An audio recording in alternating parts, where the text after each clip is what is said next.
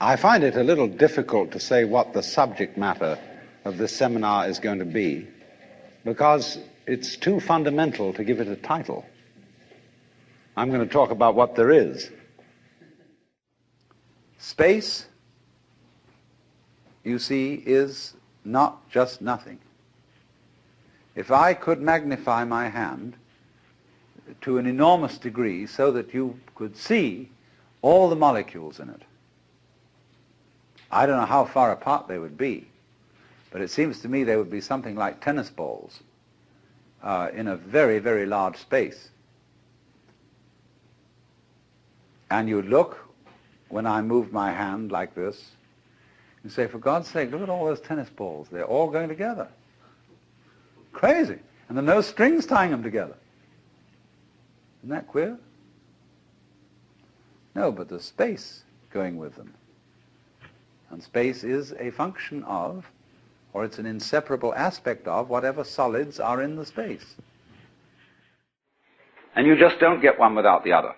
So the moment you see that intervals, that space is connective, you can understand at once how you are not just to be exclusively defined as a flash of consciousness that occurs between two eternal darknesses, which is the popular common sense view which Western man has of his own life.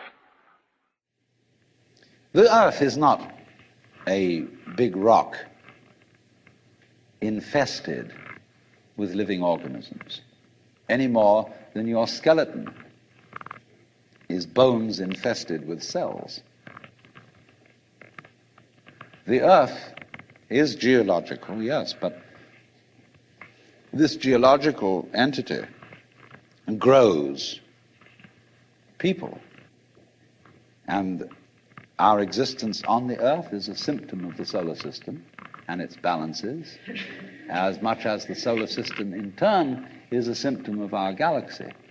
And our galaxy in its turn is a symptom of the whole company of galaxies. Goodness only knows what that's in.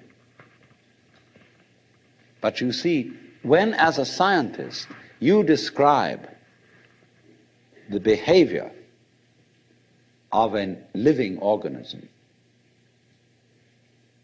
you try to say what a person does. It's the only way in which you can describe what a person is. Describe what they do.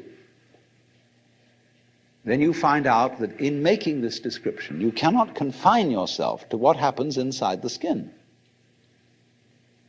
In other words, you can't talk about a person walking unless you start describing the floor. Because when I walk, I don't just dangle my legs in empty space. I move in relationship to a room. And so in order to describe what I'm doing when I'm walking, I have to describe the room. I have to describe the territory. So in describing my talking at the moment, I can't describe this just as a thing in itself, because I'm talking to you. And so what I'm doing at the moment is not completely described unless your being here is described also. So if that is necessary, if in other words, in order to describe my behavior, I have to describe your behavior and the behavior of the environment, it means that we've really got one system of behavior. That what I am involves what you are. I don't know who I am unless I know who you are.